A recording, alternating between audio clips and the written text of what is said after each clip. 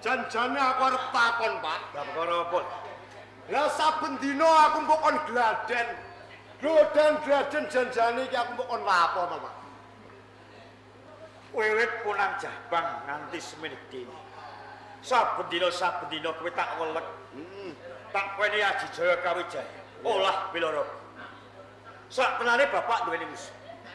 Bapak duweni musuh. Iya. Sapa Pak musuhmu, Pak? Sarene bapak iki wis tuwa. Iki ana kuwe. Aku kepentok wales iki. Aku ora nrimake, Pak. Nek kepen martani sapa sak sampean dhe musuh. Aku dilarno lanang. Iya. Lajeng kae, Pak. Men martani. Sapa, Pak? Wisang jiwa musuh. Wisang jiwa. Wisang jiwa.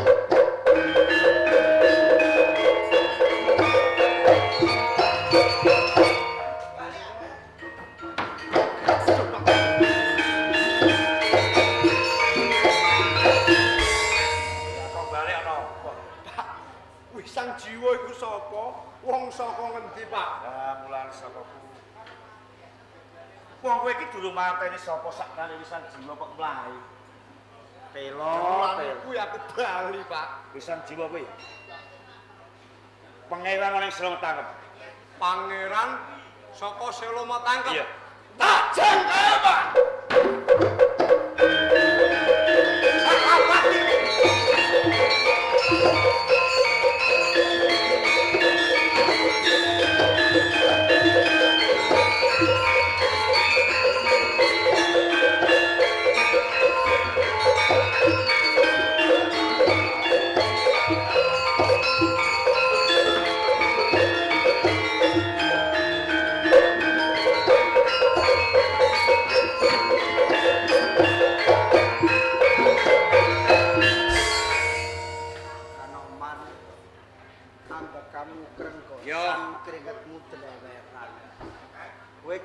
Jenan ana ing tengahe alas.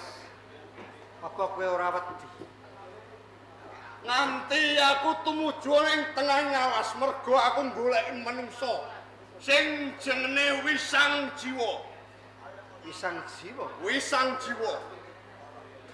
Yen wis ketemu kelawan Wisang Jiwa karepmu, Wisang Jul Pak pateni. Tak jueng-jueng. Mongko Wisang Jiwa ki wong saka Insira penangkep. Ya, Ora ana loro telu mung sawiji. Wisang Jiwa ki ya apa kowe mar? Lho, kowe dhewe, kowe dhewe.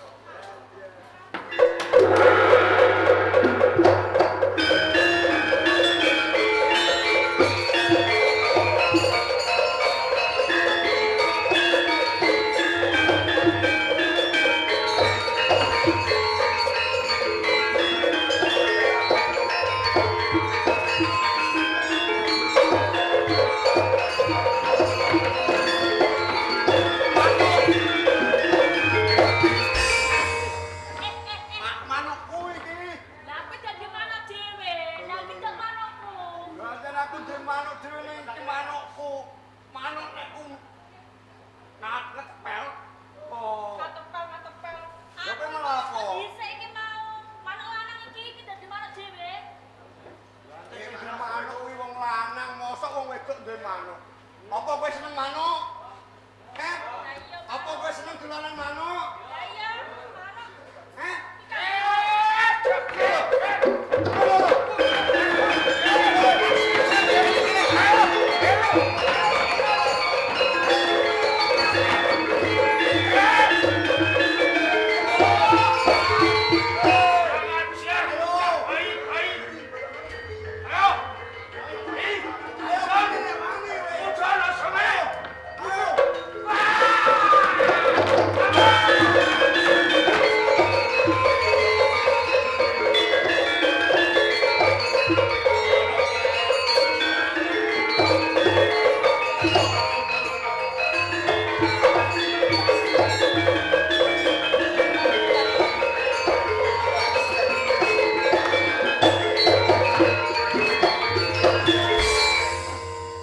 Sing nguyuhi kecelak sapa wong sapa nggih? Aku, Mbak. Lah iya kaya Aku yo kon dhuwur. Lah cocok sing ngarai sapa?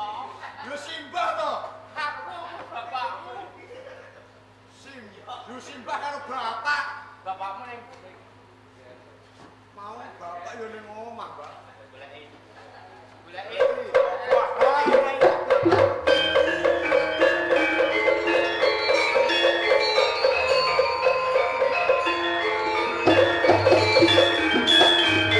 Lagi lek kok sampean iki lek tengah alas pripun? Iki sapa iki? Iki ya anakku. Anakmu. Nggih. Iki bapak to, Lha kowe wis manak ta? Yen ngono kowe putuku le. Lah sing iki sapa iki? Aku endang pati to. Endang Lah niku Mbak sing ngaku-ngaku bapakku, Mbak. Aku ngaku nek bapake pujo iki, Mbak. Lah kowe kok ngaku-ngaku ya ngaku wong tuamu kowe iki anake sapa? Ngomong kok aku anake, Mbak. Anake mak. Anake emak. Anake sapa dadine kowe anak sapa? Lah mbok lanang aja.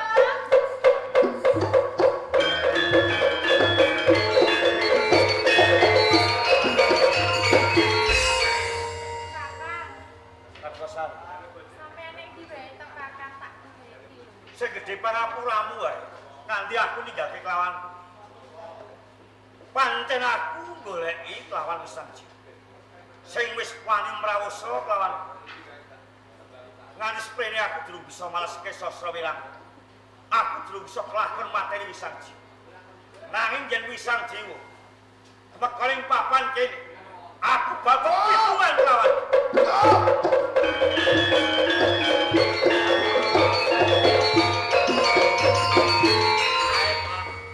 Kae seneng.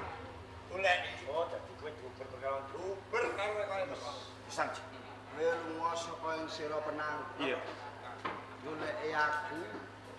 Yo ora kowe entuk parapurane kakangku yen bojoku mbok berangkat. Ora lho. Anakku saiki menyang ndi anakku tak jaluk. Lan aja kleru panamu. Kok kowe ngarani aku gagayanane bojoku. Aja sok ndak. Oh yen ora ono bukti lan nyatane. Kowe yo. Wis lumrah yen maling ki ora ngah. Sak umpama kowe ngaku aku jaran mesti. Ya, Panjen ora tak selak. Aku mbradat kelawan bojo. Lan anakmu anakku selamat. menyang ndi saiki? Iya. Iki anakku. Ah, ora. Ora apa-apa yen kowe ora ngakoni. Aku wong tuamu ora apa-apa ning yen perkara bojoku aku trima. Ning yen kowe wis ngerusak kasucene kadang, perkara iki aku ora trima. Lah iki gak malah kowe ndakwa kelawan aku. Cethuk, adikku kondo kelawan aku. Iya. Yen kasucene kowe sing ngrusak. Nganti saiki bocahe liwung goleki marang kowe. Lah iki. Kakang Pujo.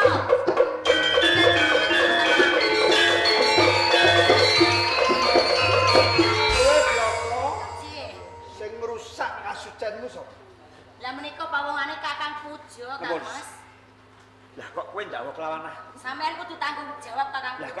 jawab kowe Wis piye? sampean wis mrawasa kelawan aku nalika nang pakunjaran lho. Kowe ndak kowe kudune duweni bukti aja waton kowe ndak Yo, kelawan. aku duweni titikan. Apa itu? Jentik manise prutul Kakang Pujo. Kowe duweni titikan sing mrawusa kuwi pawongane duweni jentik. Kuwi bener. Tak iya mesti sampean to Kakang Pujo. Saiki sawah. Lho, sing sawiji. Lho, Kang Mas pripun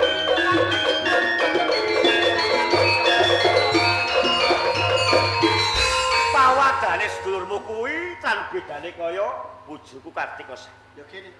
Jane sing ndakwa kuwi aku. Wis cetha. Sing mrawusa Kartika Sari kuwi jentik manise ki tutul. Ora tatu gaman, ora tatu graji nanging tatu untune manusa. Apa pancen bener kandhamu Kartika Sari? pancen bener. Yen sing gagahi kowe jentik manise iki betul. Tak cokot jentik manise nganti. Kuwi tenan. Yo, yen pancen kowe dakwa kelawan aku bakal tak buktekke. Telengan. Sing siji. Telengan.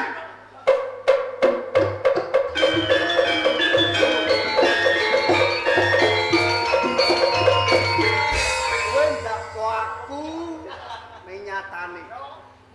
Den ngaten kula lho. Ijo, Nggih. yen ngono saiki cethok.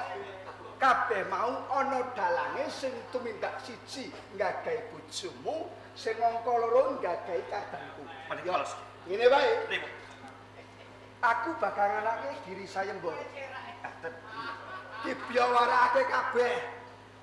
Sapa wae sing duweni driji jentik manise putung bakal nampa ganjaran separo bumi sela penangkep. Aku sing lakon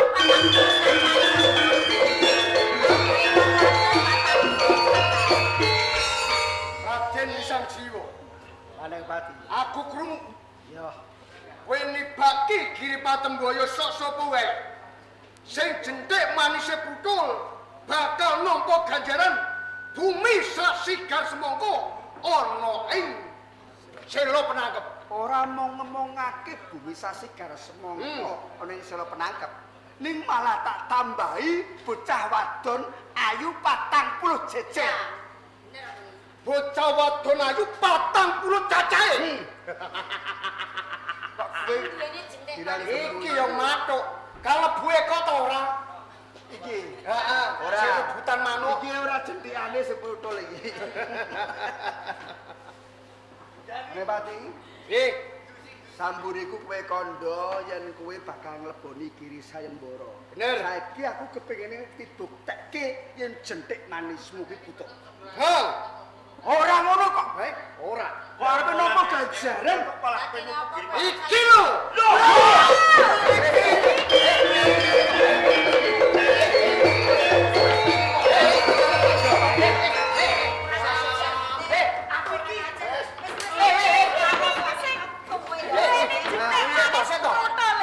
Sik. Salahku apa, luputku apa?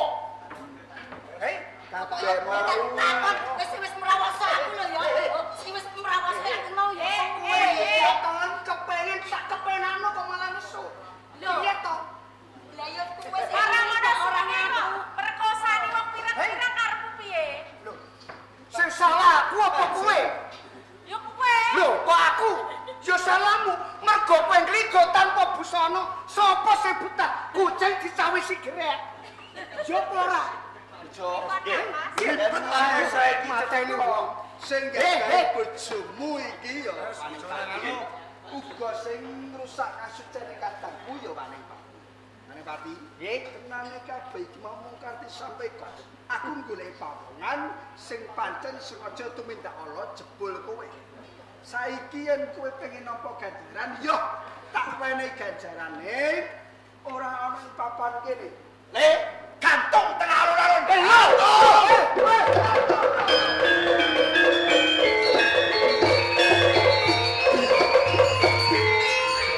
Nggih. Saiki wis cetha gamblang perkarane. Nah, jebul sing ngrusak pagrayune dening liyan, ora ana liya ya mung Waning Pati lan kasucene kadangku. Saiki sela penangkep wis tentrem, Nggih. tak pasrahke kowe ya. Iki mergo adi. Nggih.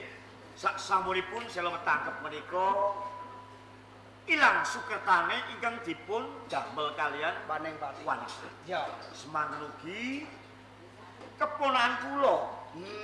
Gren ingkang sampun dipun tetakaken mugi-mugi enggal sirna sukertanipun. Amin. Semanten ugi tiyang sepuhipun anggenipun glondah dipun paringi kesabaran. Amin. Dipun paringi rejeki ingkang malimpah-limpah. Amin. Panjang umur. Amin. Adem ayem gemah ripah loh jinawi. Pramila saking mriku monggo sami gembul bujana. Kondro.